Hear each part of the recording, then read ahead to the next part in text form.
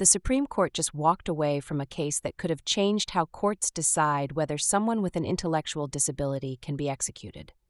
Joseph Clifton Smith took 5 IQ tests. 4 of them showed he was intellectually disabled. 1 didn't. Now his life depends on which number the courts believe matters most, and the nation's highest court refused to say.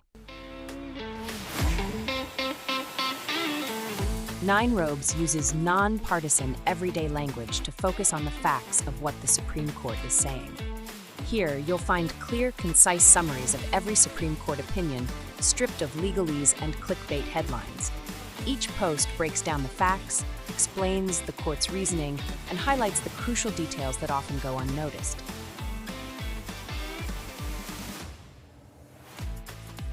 It's not just about what the court decided. It's about why those decisions matter, to give you a deeper understanding of the cases that define our nation's legal landscape. These summaries are generated by AI. Be careful and consult reputable sources when in doubt. Joseph Clifton Smith was sentenced to death in Alabama in 1998 for murder. In 2002, the Supreme Court ruled that executing people with intellectual disabilities violates the Constitution. Smith argued he qualified for that protection. He took 5 IQ tests over the years. His scores were 75, 74, 72, 78, and 74. Standard error calculations allow for Smith's lowest score, 72, to be considered as low as 69. Alabama uses 70 as the cutoff for intellectual disability. The lowest score's error threshold is below Alabama's cutoff. A federal judge looked at more than just the numbers. The judge reviewed the range of error built into each test, listened to expert witnesses, examined Smith's school records, and considered that Smith struggled with basic life skills. The judge concluded Smith was intellectually disabled. An appeals court agreed. The Supreme Court said it would decide the case, then suddenly changed its mind and dismissed it without explaining why. The practical result: Smith cannot be executed.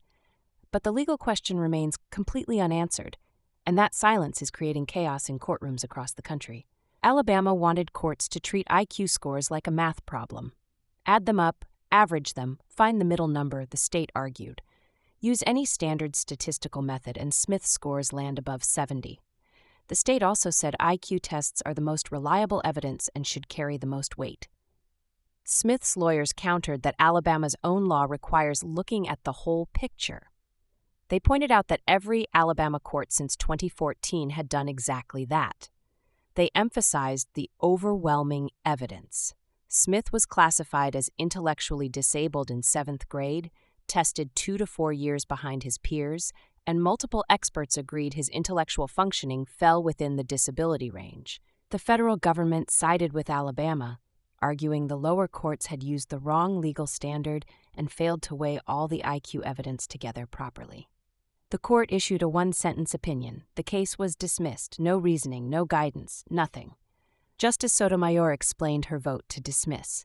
She noted that Alabama itself admitted there was no single required formula for combining scores. Even Alabama's own expert had not used the statistical methods the state was now pushing. More importantly, Alabama had never raised this argument in the lower courts. The state only brought it up at the Supreme Court level, making this a poor case to resolve the question. Sotomayor also defended the lower court's approach as consistent with how psychologists actually diagnose intellectual disability. The American Psychological Association says clinicians should evaluate all scores together using professional judgment, not mechanical formulas. Justice Alito argued the lower courts made serious errors. He said courts cannot ignore IQ scores just because other evidence suggests disability. Without clear rules, he warned, these hearings will become unpredictable battles between experts with wildly inconsistent results. Justice Thomas went further.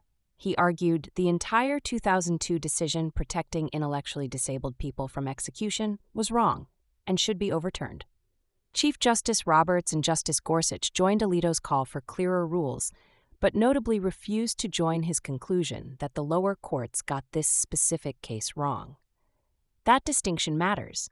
It suggests they agreed the law needs fixing, but were not ready to say Smith's courts made a reversible error. The Supreme Court left several fundamental questions unanswered. Should courts treat IQ scores as mathematical data points, or should they consider the full context of a person's life and abilities?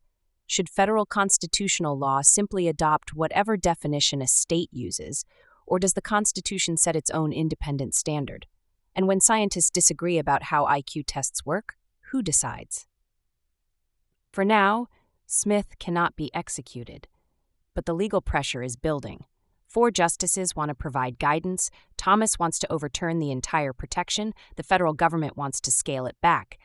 This dismissal delays the conflict rather than resolves it, and the next case could force the court to finally answer these questions with stakes just as high.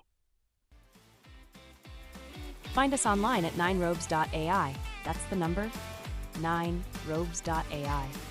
Like and share this podcast with friends that like to be informed. 9 Robes provides AI summaries of U.S. Supreme Court cases. AI makes mistakes. People make mistakes too. We genuinely do our best to provide you with the most accurate summaries, but our best sometimes includes errors.